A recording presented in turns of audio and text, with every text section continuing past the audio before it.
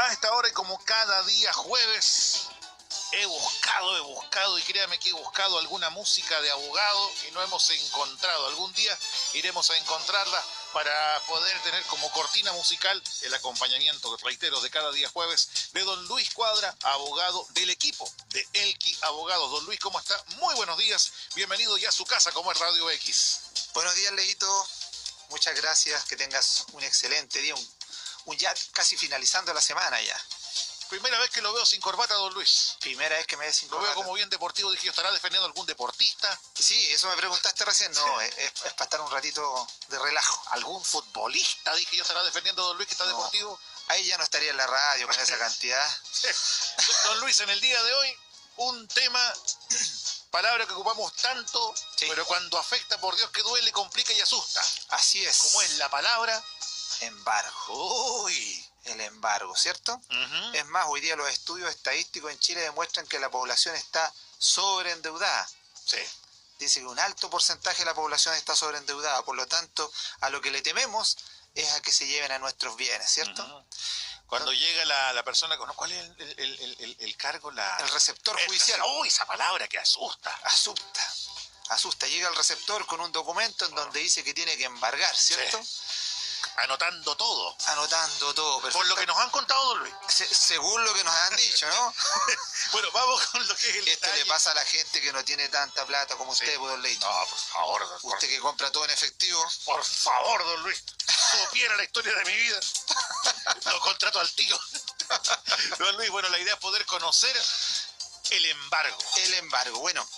La idea es hacerlo bastante didáctico, bastante entendible y lo menos técnico posible para que la gente lo pueda entender. Primero, indicarle a todos los auditores que la única posibilidad de que se comience un embargo en nuestro país es a través de una resolución judicial. Es decir, la única posibilidad es que una persona que es deudora de alguna tienda, algún banco, y alguna vez ha caído en falta de pago, es que se inicie una demanda que se llama un juicio ejecutivo ante un tribunal ordinario, un juzgado de letra, y este tribunal dicta una resolución para que pueda decretar el embargo de bienes.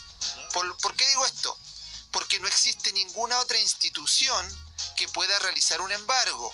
Y lo repito, no existe institución, por lo tanto, esas cobranzas que llegan o esos documentos que dicen cobranza extrajudicial o que incluso establecen las penas del infierno en el caso que usted no vaya a repactar o no vaya a pagar, eso es totalmente ilegal, ¿ya? Okay. Hoy día incluso, quise traer hoy día a colación que hace específicamente el 8 de enero de este año se dictó la ley 21.062, la cual establece nuevas obligaciones a los proveedores de crédito y a las empresas de cobranza extrajudicial, que establece en específico que no se puede amedrentar a los deudores, amenazándoles, ni siquiera amenazándoles con la posibilidad de un juicio ejecutivo en su contra. Porque era muy utilizado, y seguramente tú has escuchado, que llega normalmente un documento, una cartita, a veces hasta un formato tipo, que dice, estimado señor Juan Pérez, usted tiene una deuda pendiente por 1 millón de pesos y nosotros procederemos a embargar su casa, su auto y todos sus bienes.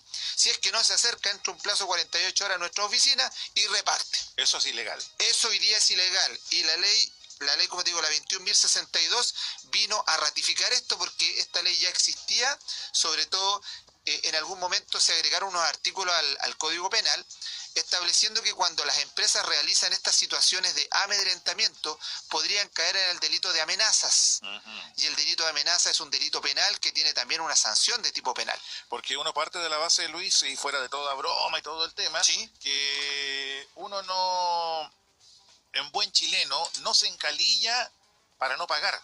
Totalmente de acuerdo. Son diversos los motivos que afectan el no pago, ya sea por un par de días, semanas o quizás complicaciones que llevan a meses. Así es. Y este tipo de acoso ya perjudica ya de otra forma, vas al tema psicológico. Perfectamente, tú diste en el clavo, la palabra efectivamente es acoso. ¿ya? Porque la forma aquí de cobro es una forma que ya está establecida por ley, que es un juicio. Entonces, el tema de llamar y volver a llamar y volver a llamar provoca efectivamente un daño psicológico. Y recuerde que nuestra Constitución garantiza la integridad psicológica de las personas. Y es un muy buen tema, independientemente del embargo, pero quisiera solamente quitarte un par de segundos con lo siguiente. Los que quiera. Y me ha pasado a mí, porque todos nos hemos atrasado en algún momento, Siempre. por días, semanas o lo que sea, que comienza el bombardeo telefónico, Sí. pero tú tratas de explicar y te vuelven a llamar a los 5 minutos, a los 10 minutos. Dicen, no, es que el sistema lo hace así. Sí. ¿Qué forma tiene uno de defenderse? Porque, reitero, uno parte de la base que adquiere un compromiso, ok, uno no es que no quiera pagarlo, sino que por el motivo que sea, no puede. Sí. Pero este bombardeo que incluso ahora está de lunes a sábado, muchas veces desde las 8:30 de la mañana sí. hasta las 9 de la noche. O sea, sí. hay un amplio espectro durante el día que literalmente te complican, te joden la mente. Te molestan. Y te molestan. Hoy día eso ya está regulado, y cuando existe un exceso ya en el acoso telefónico, usted perfectamente puede hacer un reclamo. Ahora, aquí en CERNAC es una de las partes que podría de alguna manera, no obstante no tener facultades judiciales, puede de alguna manera mediar entre las partes. Hoy día las empresas de cobranza tienen bastante claro que eso no se puede hacer. Y si se llega a demostrar que se está haciendo de manera repetitiva, se puede iniciar una acción legal en contra de la empresa para poder obligarla a que esto no suceda. Ahora bien, en temas de telecomunicaciones, también no olvidemos que la Subtel, a partir de la última modificación del reglamento de telecomunicaciones, permite que nosotros podamos pedir al proveedor de nuestro servicio de telecomunicaciones que se bloqueen todo ese tipo de llamadas que son de tipo comerciales. ¿Ya? Y lo pueden hacer ellos incluso ingresando a las páginas web de la empresa de telecomunicaciones, donde ustedes pueden solicitar expresamente que se bloquee. Hoy día usted no lo pueden llamar, si usted no quiere, por concurso, por llamadas políticas o por este tipo de llamadas que son comerciales. Lo puede pedir, ¿ya? Ahora, si esto no lo puede hacer y llega una cuestión más allá y que va a un amedrentamiento mayor, es CERNAC. Mira, qué buen dato, Luis, porque uno de repente no tiene idea. Uno muchas veces, y más allá de llamados de cobranza o no, el tema político, el tema aquí, el tema acá, uno no tiene idea cómo averiguan tu teléfono. Sí. E invaden tu espacio. Así es. Invaden tu privacidad. Así es. Y te pueden estar llamando en momentos muy íntimos, muy familiares, muy de trabajo, y uno puede llegar a esa opción de prohibir que te llamen. Sí, que te llamen. Tú puedes bloquear las llamadas de tipos comerciales de algunas empresas, y esto se puede hacer directamente, como le digo, en la página web de algunos portadores, de algunas compañías, o lo puedes pedir directamente frente a la oficina comercial. Necesito que se me bloqueen todas las llamadas. ¿Por qué? Porque se dio en un momento, por ejemplo, en los temas políticos, que tú estabas durmiendo, no sé, 2, 3 de la mañana, sonaba el teléfono y te decía, hola, mira, yo soy tu amigo, vota por mí, y eso lo que hacía es que te sacaba, invadía tu espacio que es para descansar, a través de grabadoras, que a veces eso es lo que son, grabadoras. Son aleatorias las llamadas. Así es, son aleatorias, son al azar. Entonces eso se reguló por el reglamento de la Subtel también. Entonces, a estar atentos, que podemos regularlo. Hoy día, ante el acoso, podemos reclamar. Se da cuenta, uno aprende con don Luis cada jueves que uno tiene derecho a muchísimas cosas que desconocemos. Entre ellas, por ejemplo, a preservar nuestra privacidad y nuestra tranquilidad. Pequeños detalles que uno no sabe. Eso está garantizado por la Constitución de la República. Hoy día la vida privada, obviamente, y la integridad psicológica. Aquí nosotros podríamos iniciar un juicio, obviamente, por integridad psicológica. ¿Por qué? Porque el amedrentamiento es tal que hay personas que no soportan tanto acoso y a veces llegan a atentar contra su vida. Bueno, para que usted vea, escuche, aprenda, entienda y asuma que todos tenemos derechos en las más variadas formas, y en este caso lo aprendemos cada jueves junto a don Luis Cuadra. Ya hablamos a grosso modo, don Luis, de lo que es el embargo, a grosso modo. Así es. Pero nos encantaría que nos pudiera explicar, por ejemplo, cómo comienza, por ejemplo, un proceso de embargo de bienes. Bueno, mire, el proceso de embargo de bienes comienza primero, y todos los auditores se van a dar cuenta que cada vez que, por ejemplo, toman un crédito en un banco, imaginemos un crédito hipotecario, firman una cantidad de documentos los cuales a veces ellos ni siquiera tienen o se dan cuenta de qué documentos firman. Dentro de esos documentos firman siempre un pagaré, ¿ya? Y ese pagaré lleva su firma, lleva su huella digital, y después el notario da fe de que esa firma es de la persona del deudor. En el caso de las tiendas de retail, cuando ustedes abren una tarjeta comercial, de cualquier tienda de las grandes tiendas, ustedes también firman un pagaré. Y ese pagaré también va con su firma, con su huella digital y después va autorizado frente a un notario. Entonces nosotros felices utilizando las tarjetas de crédito. Ajá. Además nosotros les entregamos un mandato a estas instituciones. ¿Para qué? Para que en caso de morosidad, porque el pagaré que nosotros firmamos es en blanco. Fíjate en eso, o sea, yo no le firmaría un pagaré en blanco a nadie, pero cuando vamos a una tienda de retail lo firmamos en blanco. Uno muchas veces firma la rápida. Sí. Ya no, entrégamela luego, pero firme, no importa. Y uno firma. El tema es que lo firmas en blanco y conjuntamente le entregas un pagaré a la tienda para que cuando tú caigas en morosidad, la misma tienda llene ese pagaré con el monto de la deuda. Y después ese pagaré que hace, se presenta ante un tribunal ordinario, o juzgado de letras ordinario, y se inicia un juicio de embargo. Lo que hay que tener presente es que en este juicio de embargo el tribunal no va a determinar si le debo o no le debo. Por eso se llama juicio ejecutivo. Es un juicio en donde el tribunal lo único que va a hacer es, si se cumplen los requisitos de este documento, del pagaré, es decir, que tenga la firma, que esté dentro del plazo, los pagarés prescriben en un año, y que esté ante notario, y el tribunal lo único que va a ordenar es ejecutar, es decir, cóbrese. Y por eso cuando llegue el receptor a la casa va a llegar una demanda donde va a decir mandamiento de ejecución y embargo, y va a establecer la demanda que está estableciendo el banco o la tienda, dirá el monto que está pidiendo, van a cobrar los intereses, los reajustes y además van a estar en este caso establecidos los bienes que se van a embargar. Normalmente son todos los bienes muebles que estén dentro del domicilio. ¿Ya? Pregunta. Levanto el dedito. Pregunta puede ser muy tonta, don Luis, pero no hay preguntas tontas. El tonto que la hace. En este caso... no quise decir eso. En este caso, don Luis, ¿hay un monto mínimo, mire la tontera que le digo, para que uno esté la figura del embargo? Me explico, de repente uno puede decir, me endeudo en 50.000 pesos, por dar una esta. Sí. Me encalillo en 1.000.000 de pesos. Sí. ¿No importa el monto? ¿Igual uno puede caer ante la opción de un embargo? Sí.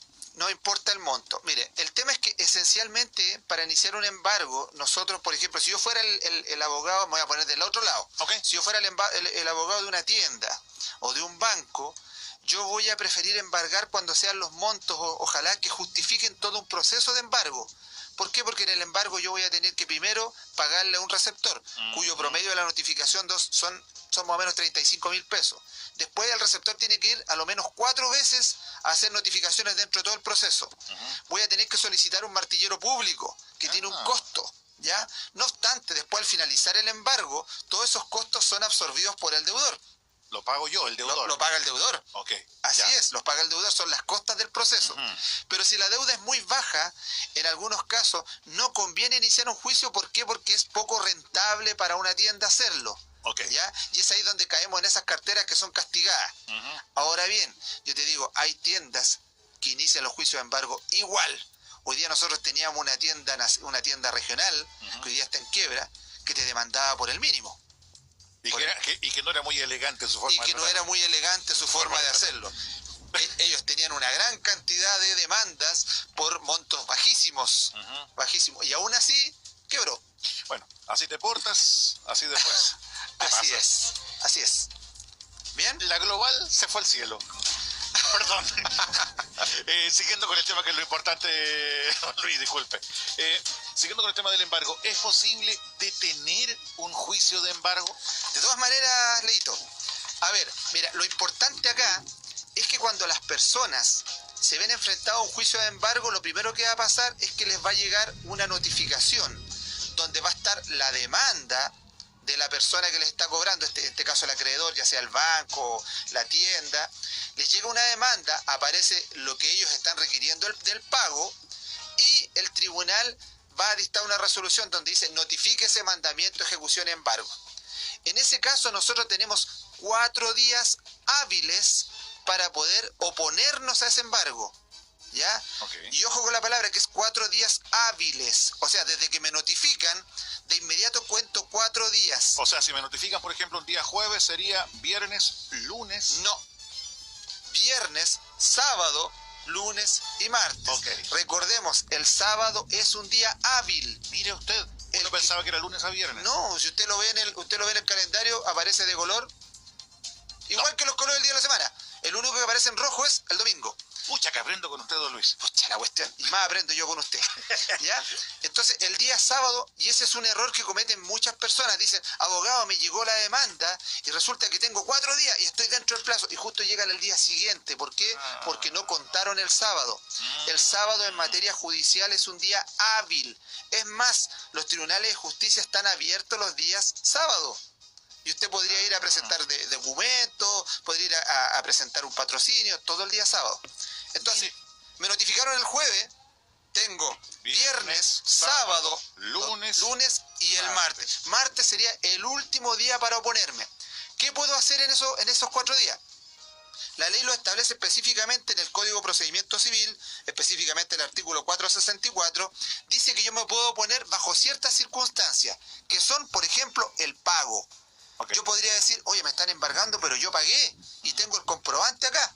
Entonces yo presento esa boleta de pago, la presento a través de un inscrito al tribunal y le digo, su señoría, me opongo porque la deuda está pagada. Okay. Y en virtud de eso, yo me opongo y freno el embargo. La otra posibilidad, y que tengan mucho ojo los auditores, es que a veces uno va a la institución y la institución le hace una repactación. ¿Ya? La repactación se denomina legalmente prórroga de pago. Y como prórroga de pago es una forma de frenar el embargo. Por lo tanto, si usted tiene una repactación y simultáneamente le llegó un embargo, esa prórroga de pago que usted tiene que tener un documento, hay que presentarla al tribunal y detenemos el embargo. ¿Ya? Entonces, la idea es que si usted tiene varias de estas cosas, si le dieron tiempo para pagar, si por ejemplo el ejecutivo le dijo, lo que pasa señora, mire, yo la voy a esperar una semana más. Ideal es que usted tenga forma de demostrar lo que el ejecutivo del banco le dijo. ¿Por qué? Porque cuando yo me opongo, el tribunal, después de los 4 días, abre un periodo de prueba, en donde yo como deudor tengo que demostrar lo que dije. Y si lo logro demostrar, freno el embargo. Okay. ¿Ya? Ahora, importantísimo, si pasaron los 4 días y no hice nada, no tengo posibilidad después de venir a presentar alguna oposición. Okay. Después la única posibilidad es pago de la deuda. Bueno, estamos hablando en el día de hoy junto a Luis Cuadra de Elqui Abogados de un tema muy sensible como es el tema del embargo. En este caso, don Luis, ¿puede una empresa de cobranza embargarme? De ninguna manera. De ninguna manera. Por más que amenace. No, amenace. Si amenaza, va a caer una ilegalidad. Ojo, mira, en materia legal, los tribunales de justicia han establecido que cuando tú a alguna persona le dices, por ejemplo, te voy a demandar. Si, por ejemplo, tuviéramos nosotros alguna obligación, imaginemos que yo tengo un contrato con usted, Leito, en donde yo lo contraté para que usted hiciera un evento y animara. Y resulta que al final usted anima y yo no le pago. Okay. Usted me podría decir, ¿sabe qué? Yo lo voy a demandar y voy a hacer que me pague todo lo que me debe. Okay. En la práctica, ese tipo de amenazas en materia legal no constituye un delito de amenazas como tal, porque la ley ha dicho que el ejercicio legítimo de un derecho no constituye amenaza. Okay. Esa es la regla general. Pero en materia de deudas, la ley ha establecido leyes especiales en donde establece que ni siquiera, según la última ley que les acabo de leer recién, la ley 21.062, que es del 8 de enero, dice que ni siquiera puedo amenazar con iniciar una acción judicial. Por lo tanto, hoy día, la empresa de cobranza no le puede decir a usted, ¿sabe qué, señor? Si usted no me paga, yo lo voy a demandar y además le voy a embargar todos los bienes. Claro, que se va de manera psicológica. Trate de pagar porque así se evita que pueda caer en un embargo y le pueda perjudicar. Así es. Eso es lo que estaban haciendo hasta hace un tiempo. Hoy día esto se reguló para evitar el amedrentamiento y además el acoso psicológico que provoca un gran daño. Yo insisto y repito, hay personas que caen incluso a quitarse la vida por esto. Ahora, hay una cuestión muy importante para los auditores. En Chile no existe la prisión por deuda. Por lo tanto, si ustedes hoy día en Chile deben, aunque deban mucho dinero, nunca van a estar presos. Nosotros firmamos un pacto que se llama el Pacto San José de Costa Rica, que es un tratado internacional, el cual establece que por deuda nosotros no podemos caer presos. ¿Ya? Entonces, algunas personas piensan, debo mucho, me van a tomar preso, ¿qué voy a hacer? No voy a tener trabajo. Lo peor que les va a pasar es que se van a despojar de sus bienes. Pero si usted, por ejemplo, contrató un crédito y resulta que en la práctica no tiene bienes, o sea, no tengo casa, no tengo auto, no tengo nada, por mucho que yo le deba a un banco, el banco no tiene cómo ejecutar la deuda. Ok. ¿Ya? Pero no va a ir a la cárcel. Nunca va a ir a la cárcel. La única que podríamos hablar de excepción, que en realidad no es una excepción, es una situación de una ley especial que tiene que ver con el tema de la pensión de alimento. Pero la pensión de alimento es un tema, ¿por qué? Porque hay un derecho garantizado que es un derecho a los niños. Sí. Ahí usted puede ir arrestado, ¿por qué? Por incumplimiento de una resolución del tribunal. Pero en la parte comercial. Pero en la parte comercial por deuda jamás. Okay. Jamás. Para tenerlo muy, muy claro. Para que la gente no piense que va a estar preso. No va a estar preso. Siguiendo con lo que es el tema, Luis, en este caso hablamos de juicio ejecutivo. ¿Cuál es el fin de un juicio ejecutivo? Bueno, la finalidad que tiene un juicio ejecutivo, como hemos estado hablando, es embargar ciertos bienes del deudor. En este caso puede embargar bienes muebles, ya sea todos los muebles de la casa. Podríamos embargar un vehículo o podríamos, por ejemplo, embargar una casa. Cuando normalmente va el receptor a la casa, lleva un mandamiento de ejecución y embargo, y él tiene la posibilidad de realizar un inventario de los bienes que se van a embargar. Este inventario tiene que estar acorde a la deuda. ¿Qué quiere decir? Si la deuda en este rato es de 500.000 pesos, el receptor lo que va a hacer es, quizá va a anotar en el inventario un televisor LCD, una radio, alguna cosa que tenga dentro de los bienes, y va a establecer que esos bienes quedan embargados, pero el hecho de quedar embargados no significa que se los lleva, porque en ese momento se hace un inventario y el dueño de los bienes queda como depositario de estos bienes de manera temporal. ¿Hasta cuándo? Hasta cuando siga el juicio, se establezca un martillero público y ahí uno recién como abogado pide el retiro de las especies para poder en pública subasta rematarlas. ¿Ya? Pero mientras tanto, lo que hay que tenerle muy en claro al auditor es que si llega el receptor y hace el inventario, ustedes a partir de ese momento no pueden vender ni ocultar los bienes, porque si lo hacen cometen un delito que se llama depositario alzado, y es un delito en materia penal que les va a salir caro. Entonces, si alguno piensa, porque algunos colegas dicen, ¿sabe lo que tiene que hacer? Oculte los bienes y deje lo menos posible que tenga. Esa situación solamente en el estricto rigor se podría hacer antes que se haga el inventario. Si se hace el inventario... Pero no en el momento. No en el momento que está el... No en el momento que se hace el inventario. Si llega el receptor y hace el inventario, esos bienes inventariados dejan estar dentro del comercio humano, es decir, no se pueden vender y además no los puedo ocultar. ¿Ya? Pero antes, si yo sé que me están demandando, eventualmente, yo no quiero caer en lo que dicen todos los colegas, pero eventualmente, si hay algún bien que alguna persona va a ocultar, antes del inventario que haga el receptor. Esto en realidad suena como poco ético, pero yo le digo, mis colegas lo recomiendan. ¿Yo qué recomiendo? Trate de ponerse al día. Sí, que es lo más importante. Trate de ponerse al día. Sí. A ver, siguiendo con el tema, don Luis, ¿cuál es el plazo de prescripción de algunos documentos que se puedan utilizar para un embargo? Mira, esto es súper importante porque para que te demande una tienda o un banco normalmente te hace firmar un pagaré. Y el pagaré tiene un plazo de prescripción desde un año, desde el momento que se hizo exigible. Ojo con esto, no desde el momento de la fecha del pagaré, sino desde el momento que se hizo exigible. Por ejemplo, yo te hago firmar un pagaré, Leito, por 5 millones de pesos y lo firmamos hoy día, 22 de marzo de este año. Y resulta que todos los meses yo te pago la cuota de 100.000 pesos, pero resulta que en septiembre de este año te dejé de pagar. Dejo de pagar septiembre, te dejo de pagar octubre, y desde ese momento que te dejé de pagar, la deuda está en mora, desde ese momento se hace exigible la deuda, ¿ya? Por lo tanto, desde el 22 de septiembre que tú caíste en mora hasta el 22 de septiembre del año siguiente, tendríamos un año en que el pagaré puede ser cobrado de manera ejecutiva, es decir, a través de un embargo. Por eso es muy importante para el abogado que ustedes tengan, o si vienen a él que abogado, cuando tengan un juicio de ejecutivo, nosotros revisar la prescripción o en este caso la vigencia del título, porque a veces puede que estén embargando con un título que ya está prescrito, y si el título está prescrito no hay acción para poder cobrar. Consulta, Luis, si yo voy a sacar un crédito y está el tema este del pagaré en blanco que te hacen firmar, ¿me puedo negar?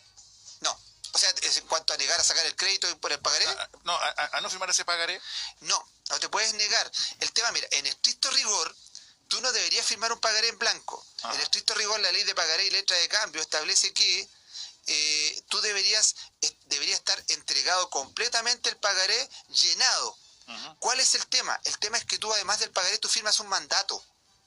Es decir, tú firmas a un representante, autorizas a un representante del banco, que supone que es de tu confianza, para que él firme por ti después. Entonces, en la práctica, no es que el pagaré esté en blanco. En la práctica, tú lo dejas en blanco porque hay un representante tuyo que después lo va a firmar. ¿Sabes por qué se hace esto? Porque si yo viniera y le pusiera fecha al pagaré el primer día que tú vengas a la tienda o al banco y yo te doy un crédito de 20 años, me quedaría después sin posibilidad de cobrarte porque el pagaré lo más probable es que prescribiría muy pronto. Ok. Ya. Entonces lo tengo que dejar abierto, de alguna manera. Cosa que se active a partir de la deuda. De la deuda, perfecto, ¿ya? Okay. Justo a partir de la deuda. Ahora, no es el único instrumento para cobrarte. También existen como instrumentos para cobrar los cheques, que también tienen un plazo de prescripción de 1 año. Están las letras de cambio ante notario, que también son 1 año, ¿ya? Y los demás documentos también tendrán un plazo de máximo 3 años para poder exigir en un embargo. Continuando con este tema, Luis, que es muy apasionante, ¿qué efectos jurídicos provoca el embargo en los bienes? Mira, el efecto jurídico que provoca es lo que te decía recién, de que cuando llega el receptor a la casa y hace el inventario, los bienes se transforman de inmediato en incomerciables, a menos que un tribunal, a través de una resolución, autorice su venta. De lo contrario, el bien no se puede vender. Por mucho que tú sigas utilizando el televisor o si el auto está embargado, tú eres un depositario temporal de los bienes, provisorio. Y si tú llegas a hacer algo con ese vehículo, insisto, vas a provocar un delito que se llama depositario alzado y se te va a sancionar. Ahora, por ejemplo, tú nos comentabas que algunos colegas tuyos recomiendan, por ejemplo, oye... Ocúltalo. Por ejemplo, a ver, yo sé que me van a embargar. ¿Sí? En los próximos días. Sí. Y se me ocurre hacer, por ejemplo, voy a cambiar de nombre el auto. Sí. Voy a aparecer como legalmente que la casa, no sé si me explico, o sea, eso igual se puede tomar como una acción... Mira, mientras no estés notificado de una acción ejecutiva, tú puedes hacer con tus bienes lo que quieras. Okay. A partir de que estás notificado... Desde que estás notificado y existe un inventario, las cosas cambian. Cloteamos, como se decía claro, entonces, ¿qué pasa? La notificación, en estricto rigor, significa que estoy informado. No me han notificado. Llevo 3 meses que no pago una cuenta. Las probabilidades son altísimas de que me embarguen. ¿Qué hago? Yo no he dicho nada, lo dijo Leonard Mar. Gracias, señora Uno. ¿Ya? Yo también lo quiero. Ya, está bien. No, clarísimo. Pongo el auto para allá y la casa para otro lado. Si me preguntan, no lo dije yo, lo dijo Pablo Aguilera. No. Por si acaso. Lo siguiente, don Luis, ¿cómo me defiendo en un juicio de embargo? Mira, en un juicio de embargo primero te puedes defender con cualquiera de las excepciones que yo recién nombraba en el artículo 464 del Código. Es decir, teniendo un comprobante de pago. Segundo, indicando que hay una prórroga, si es que me dieron plazo. Y además me podría defender diciendo que el título está prescrito. ¿Ya? Se dan algunas situaciones, Leito, que son bastante importantes de señalar. Que cuando tú inicias un embargo, primero lo que voy a tener que hacer es al pagaré ponerle fecha, ¿cierto? Para embargarte. Y además voy a tener que decir que a partir de septiembre de este año, tú dejaste de pagar y por lo tanto el pagaré comenzó a ser exigible. Pero resulta que inicio el juicio, te trato de notificar, por ejemplo, no puedo notificarte, o notificándote, al final no puedo hacer el cobro. ¿Por qué? Porque me encuentro que tú no tienes bienes. Resulta que hiciste algo porque alguna persona te avisó por ahí, un locutor de radio te dijo, oye, pero pone los bienes a nombre de tu señora, siempre y cuando no estén casados en sociedad conyugal. ¿Verdad? Ojo pues, con eso. ¿Verdad, pues? ¿Ya? Tiene que ser separación de bienes. Entonces, me aseguro, mejor lo pongo a mi hermano, a mi mamá, a mi papá, pongo los bienes por allá. Hoy mis colegas, ¿qué van a decir de esto? Pero pongo los bienes por allá y en ese momento, si no se logra cobrar, tomas en cuenta que desde el momento de septiembre se hizo exigible el crédito. Por lo tanto, el banco va a tratar de cobrarte. A veces van a pasar 1 o 2 años tratando de cobrarte y no se pudo. ¿Qué puedo hacer en ese momento si después tú vienes y te compras un auto? El banco lo que va a hacer es tratar de embargártelo. Pero tú, con un buen abogado del que abogado, vas a decir, ¿sabes lo que pasó? Aquí existe un abandono del procedimiento. ¿Por qué? Porque durante más de 6 meses el juicio no tuvo movimiento, por lo tanto se abandonó y legalmente existe esa figura. ¿Qué es lo que significa eso? Que se pierde todo el proceso que hayamos realizado hasta el momento mismo, incluso de llegar a un embargo. Entonces, ¿qué tiene que hacer el banco? Demandarte de nuevo. Pero cuando te demande de nuevo, el pagaré está prescrito porque le puso fecha, ¿te acuerdas? Claro que sí. Entonces, ¿qué significa en eso? Que el banco no va a tener ninguna posibilidad de cobrarte. Ok. Ahora, la deuda moralmente existe, pero judicialmente no se puede cobrar. Y no lo olvide, usted, deudas en lo que es el tema económico, que no sea lo que es el tema del pago de la mantención, no va a ir a la cárcel. Pensión de alimentos, no va a ir a la cárcel. No va a ir a la cárcel. Por deudas con empresas. O todos los demás deudas comerciales, no hay cárcel. Pacto San José de Costa Rica, que nos prohíbe prisión por deuda, entre otras cosas, que por ejemplo también nos prohíbe restablecer la pena de muerte en Chile. Acuérdese de don Pepe de Costa Rica, entonces. Así. Ese pacto va a salvar a varios. A ver, siguiendo, ¿cómo me defiendo, Luis, ante un juicio de embargo? Bueno, como te decía, se defiende de esa manera. Contratando a él que abogados. Contratando a él que abogados. Cayó la respuesta de cajón, pues. De cajón.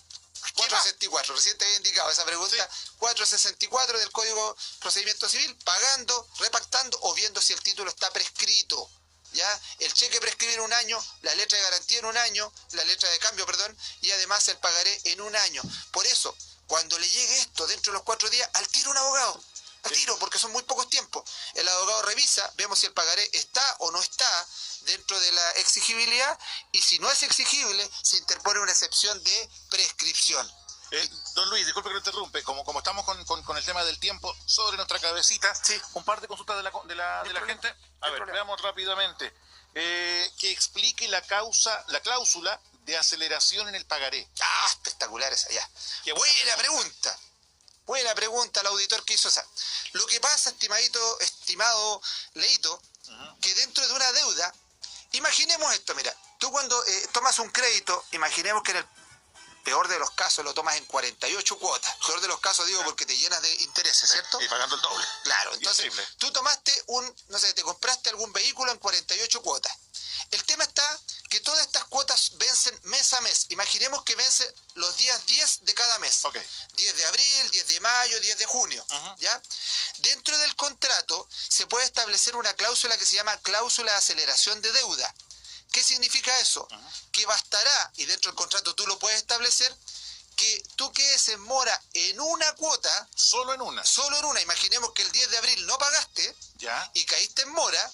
Y por la cláusula de aceleración se entiende que yo como acreedor te puedo exigir el cumplimiento total de la deuda. Chuata. Las 48 cuotas de una.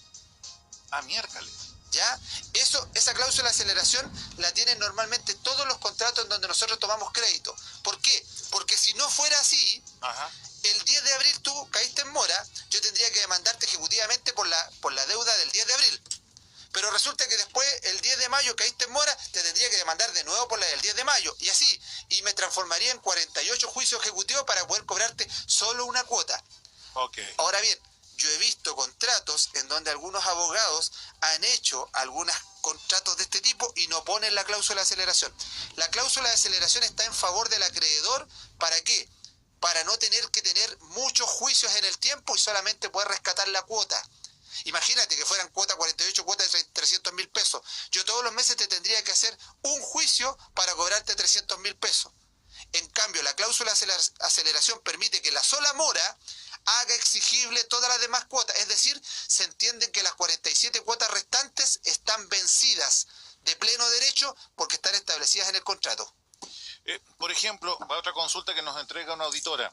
Si doy la dirección de la casa de mi mamá, ¿igual pueden embargar? Buena pregunta también, ¿no? Hoy estamos... Esa es la gente que tiene Pablo Aguilera, ¿no? Sí, bien. Sí, porque al Leo no es nadie. Mira, lo que pasa acá es que cuando tú tomas un crédito, por ejemplo, con un banco o una tienda, estableces un domicilio. Ese domicilio, para efectos legales, es el domicilio donde se va a ejecutar el embargo. ¿Ya?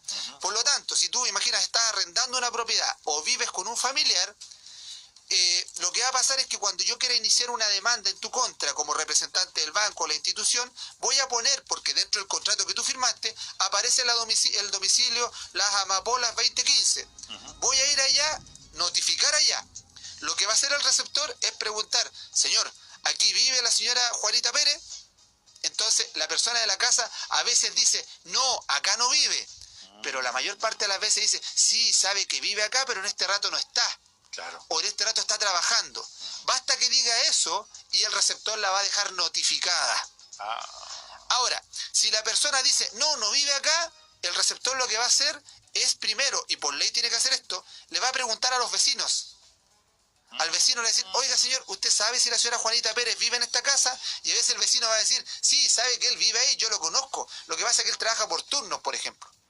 Y para esa situación, como no hay una situación efectiva de notificación personal a este deudor, se tienen que dar 2 notificaciones del mismo tipo. Por lo tanto, después va a ir nuevamente el receptor en otro día y en otro horario y le va a preguntar quizás al otro vecino o al mismo. Y el vecino va a decir, sí, sí vive acá. En ese caso, nosotros los abogados quedamos habilitados por ley a realizar una tercera notificación, que todos la conocen como la notificación del artículo 44. ¿Qué permite esta notificación? Que habiendo sido notificada 2 veces la persona y habiendo antecedentes de que la persona se encuentra en el lugar del juicio, yo puedo notificar y dejar la demanda ahí. Incluso la puedo tirar en el antejardín. ¿Ya? Okay. Ahora bien, si resulta que se notificó ya esta situación y usted ya no vive ahí, la persona que está en el domicilio va a tener que de alguna manera asumir un embargo que no le corresponde. Y en ese caso, ¿qué tiene que hacer? Tiene que dirigirse a El Que Abogados y solicitar que le hagan una tercería. ¿Qué es una tercería? La tercería significa que en este rato tenemos un juicio entre el banco y la señora Juanita Pérez. Pero resulta que esta señora que está viviendo en la casa, la mamá, por ejemplo, de la señora, o a lo mejor la persona que le arrendaba a la persona que ya se fue, no tiene nada que ver en el juicio, es un tercero, ajeno al juicio. Pero él se tiene que incorporar al juicio, ¿por qué? Porque el resultado del juicio le va a provocar un daño, que va a ser el embargo de sus bienes. Entonces realiza una tercería. Formo parte del juicio y le digo al tribunal que esos bienes que se están embargando no le pertenecen al deudor, sino que son míos. Y simultáneamente con el embargo yo llevo un juicio paralelo que se llama juicio de tercería, en donde yo indicaré me pertenecen. Ahora, si usted tiene las boletas de que el mueble es suyo, de que el televisor es suyo y que las cosas le pertenecen, con eso podemos demostrar que son suyos. Ahora, que no se asusten las personas si no tienen las boletas, porque la mayoría no guarda ninguna. Sí. En ese caso se inicia otro juicio que se llama de tercería de posesión, en el cual bastará que yo tenga la posesión de los bienes y que nadie diga que le pertenecen para poder demostrarle al tribunal que esos bienes no le pertenecen al deudor. Pero necesariamente tiene que hacer un juicio de tercería. Ya lo saben entonces. Siempre no con El Que Abogados. Y no también... sé si me alargué y fui... No, está bien, pero siempre con El Que Abogados y también siempre hable con los vecinos. Así es. Nunca está de más. Sí, vecino, yo no vivo acá. Si preguntan por mí. No, es que... Dejémoslo ahí nomás. Ya. No hable, señor abogado, sino todos puede ser usado en su contra. Puede ser usado en mi contra. La última pregunta del día de hoy. Consulta, si uno realiza la quiebra voluntaria, ¿puede volver a sacar créditos bancarios? Perfecto. Estamos, pero una bala, ¿no? Una bala. Hoy día existe una ley que se llama la Ley de Reemprendimiento o conocida como quiebra voluntaria. ¿Cuál es la ventaja de esa ley?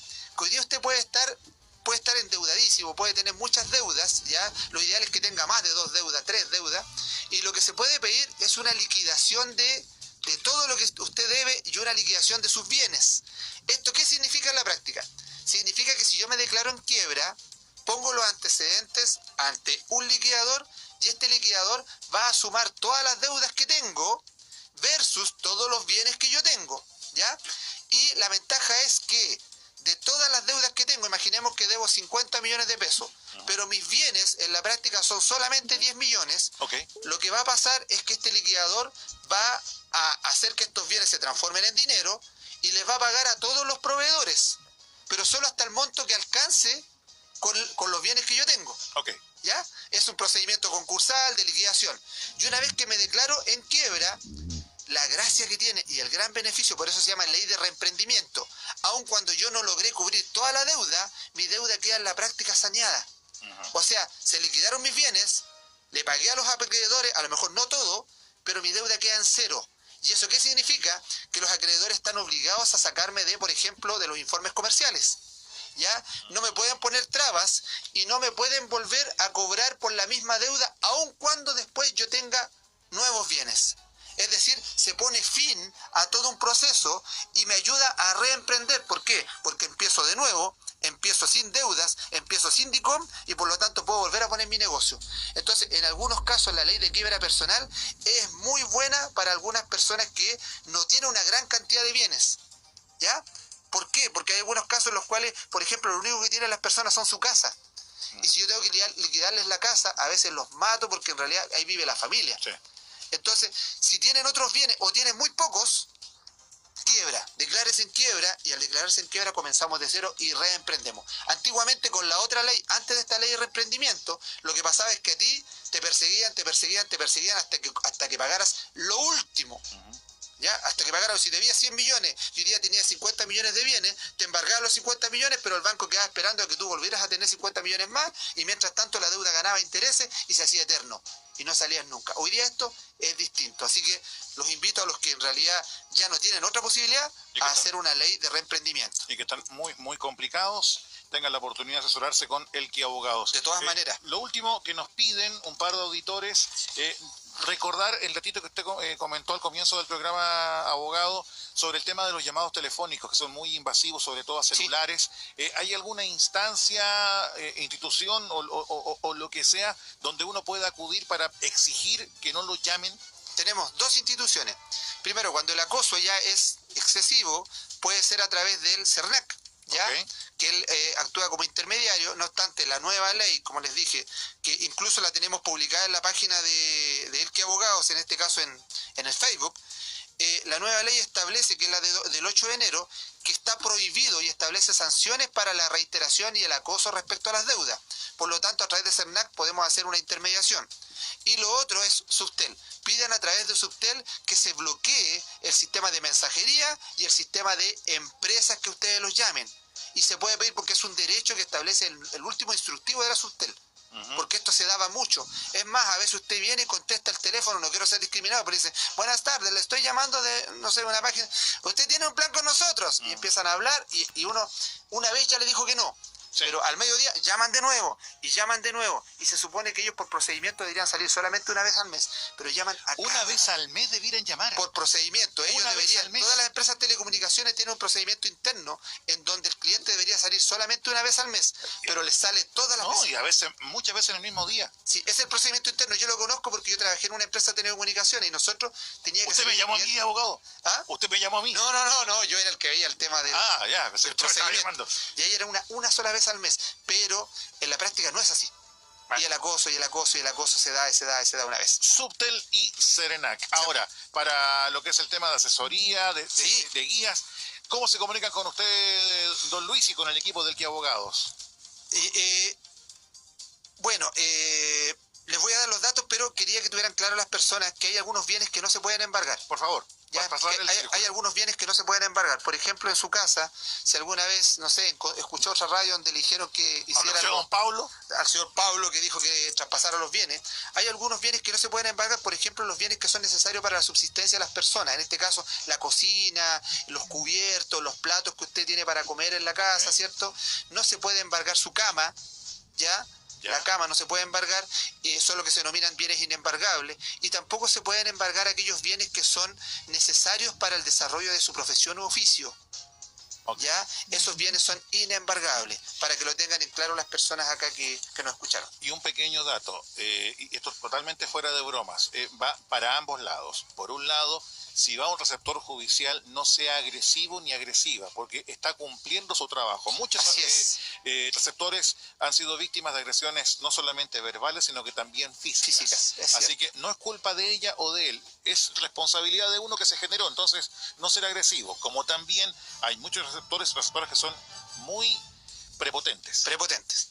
Para ambos lados, para uno y para otro. Tenemos de todo. Y recuerden, si usted la primera vez va a ir al receptor, va a ir de buena manera a tratar de hacer retiro de especies. Si usted se opone, señor, puede ser detenido, puede ser llevado arrestado, y además, si se opone al embargo, la segunda vez el receptor va a ir con carabineros. ¿Ya? Y entonces, lo que pasa es que esto públicamente no es agradable. Sí. No es agradable para ninguna manera, ¿ya? Pero dejar de lado la agresividad, porque fuera de todo tipo de bromas, ha pasado que muchos receptores son víctimas de agresión no solamente verbal, sino que física. Sí. Forma de contacto, señor abogado. Forma de contacto, nos pueden contactar al... Uy, me equivoqué yo. Otra vez el dedo, ya. Ahora sí. Nos están cortando acá. No fui yo, fue Pablo Aguilera. Otra vez nos cortan, ¿ya? Bueno, forma... es el 244-8174 para que nos llamen, o también al teléfono móvil, el 976-55-5520, 976-55-5520, y ojo, que nos llamen apenas aparezca una cobranza, porque tenemos 4 días hábiles. Okay. También nos pueden contactar por el correo electrónico contacto@elquiabogados.cl o a través de nuestra página web www.elquiabogados.cl. Además, vayan a las páginas de YouTube donde está esta entrevista, ¿ya? Y además en Facebook, nosotros tenemos la página de Elqui Abogados donde están incluso en extenso todo lo que hemos hablado. Y no se olvide que el día sábado a nivel legal se considera como un día hábil. Hábil, oye, sí, ¿qué dato más relevante es ese, señor abogado? Es muy relevante, don Pablo, no me diga. Pablo. Don Luis, muchísimas gracias. Un gusto estar de nuevo contigo, Pablito. Dígame, Willy Sagor, mejor. Ya. Será entonces hasta el próximo día jueves, don Luis. Hasta el próximo jueves. Próximo jueves vamos a ver el contrato de compraventa de bienes raíces, es decir, qué tener en cuenta cuando me voy a comprar, ya sea un terreno o una propiedad o una casa, sea usada o nueva. Don Luis va al Valle de Elqui, ahora sí que usted reconoce la voz en el Valle de Elqui, regala un helado a nombre de Radio X. Por favor. Nosotros vamos a la pausa y ya estamos de vuelta con más Panorama X.